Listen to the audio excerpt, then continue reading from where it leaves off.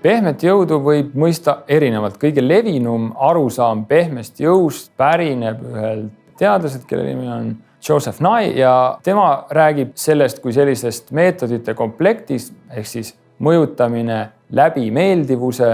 Klassikalised näited võib-olla on olnud sellised, et kui nõukogude inimene räägiti talle, kui äge asi on näiteks Coca-Cola.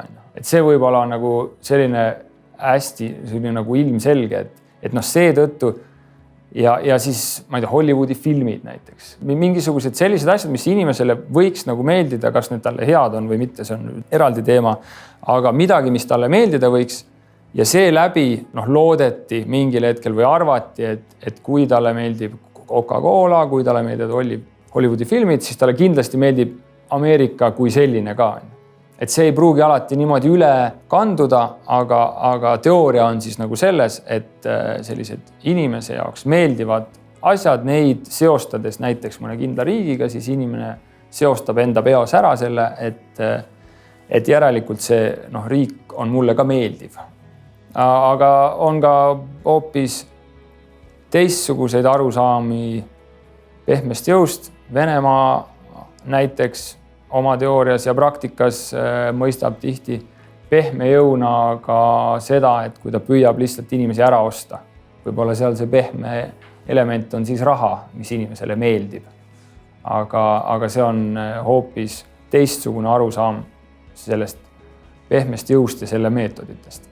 Pehme jõud on võib-olla olulisem kui soomusjõud sellepärast, et ta toimib märkamatult. Ja pehme jõu abil või pehme jõu puhul on väga raske tõmmata piiri, millal on tegemist kas või kultuuriga või selle kultuuri kasutamiseks mingitel eesmärkidel. Sest iseenesest pole ju midagi halba, kui Tallinnas tekib mingi Puškini instituut või mingisugune veel institutsioon, mis levitab ja tutvustab vene kultuuri, mis iseenesest selles võiks halb olla. Ja seda teevad ju praktiliselt kõik riigid. Meil on Soome instituut ja nii edasi. Nii et iseenesest selles pole midagi halba. Alati on küsimus, kes on see levitada ja milline on selle levitamise eesmärk. Eesti võimalused on väga palju seotud sellega, et suurem osa või siis võimsam osa maailmast oleks selline, kus valitsevad need väärtused, mis meile on ka olulised. Ehk siis me kuulume selliste riikide ühendusse. Me sõlmime rahvusvahelisi lepinguid teiste riikidega, kus me lepime kokku, et need väärtused on meile väga olulised ja neid me järgime. Ja me järgime ka seda, et me seda kokkulepet täidaksime. Ja üks sellistest suurtest kokkulepetest on NATO. Et Eesti võimalus on see, et NATOs Euroopa Liitu kuulumisega ja seal enda huvide esindamisega. Me kaitseme enda huvisid ja me oleme väärtuslikud partnerid ka teistele riikidele, kes jagavad meiega muresid ja see tähendab muidugi ka seda, et me jagame nende muresid.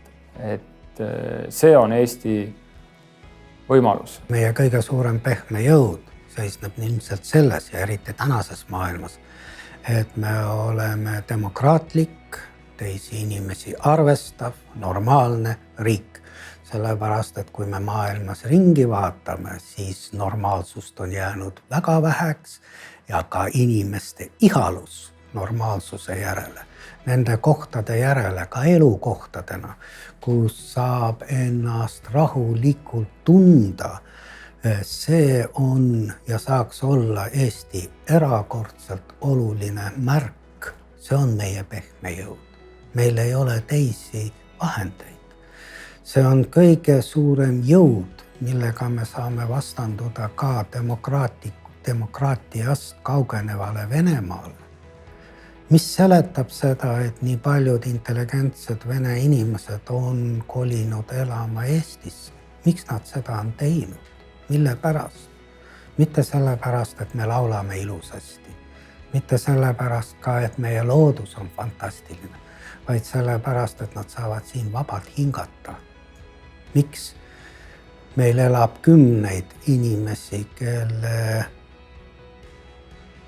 elukoht. Veel mõned aastad tagasi oli Valgevene.